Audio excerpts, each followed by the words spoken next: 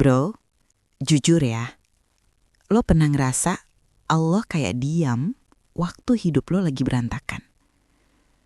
Lo udah doa, lo udah usaha, lo udah niat baik, tapi hasilnya kayak gak ada yang denger. Dan di titik itu muncul satu pertanyaan paling jujur dalam hidup. Sebenarnya, siapa sih yang megang kendali hidup gue? Hari ini, kita kenal satu nama Allah yang sering bikin hati kita gelisah, tapi juga bisa bikin kita tenang kalau dipahami dengan benar. Al-Malik, sang pemilik, sang penguasa. Al-Malik artinya yang maha memiliki, yang maha berkuasa, raja yang sebenar-benarnya raja. Bukan cuma punya langit dan bumi, tapi punya waktu, takdir, hasil, bahkan arah hidup kita. Dan jujur aja bro, disinilah sering bentrok. Karena kita berdoa ke Allah, tapi diam-diam kita masih pengen jadi raja atas hidup sendiri. Coba lo perhatiin cara kita berdoa. Kita bilang, ya Allah, aku pasrah. Tapi di dalam hati, asal caranya sesuai rencana gue ya. Kita minta hasil tertentu, waktu tertentu, skenario tertentu. Dan saat itu gak kejadian, kita bilang, Allah gak dengar doa gue. Padahal bisa jadi, Allah dengar, tapi tidak menyerahkan kendali. Karena Allah bukan pelaksana keinginan, Allah adalah Al-Malik. Bro, dengerin pelan-pelan ya. Kalau hidup ini sepenuhnya di tangan kita, harusnya kita bisa atur kapan bahagia. Kita bisa hindari semua sakit, kita bisa pastikan semua doa langsung jadi. Tapi nyatanya, hidup sering melenceng. Dan itu menyakitkan kalau kita merasa harus selalu memegang kendali.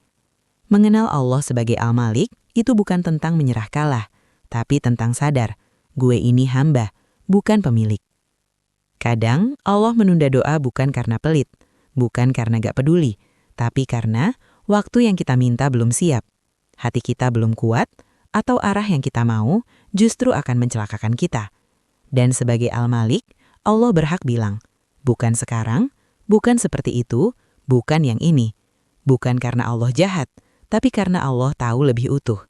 Kalau di titik ini lo mulai sadar, mungkin selama ini gue berdoa, tapi masih pengen ngatur Allah. Dan lo pengen belajar menjadi hamba dengan iman yang lebih tenang, silahkan subscribe. Bukan supaya cepat berubah, tapi supaya kita bisa belajar pelan-pelan, tanpa merasa harus selalu kuat.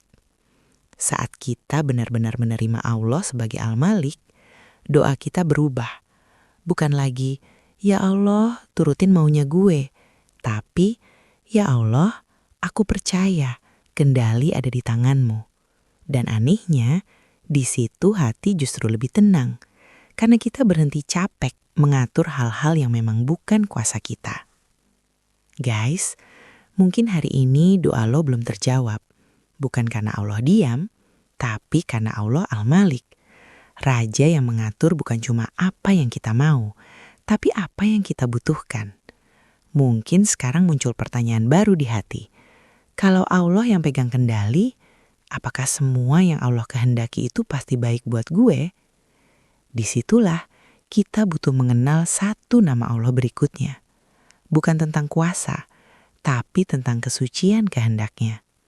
Al-Qudus, Allah yang maha suci, bahkan dari cara berpikir kita sendiri.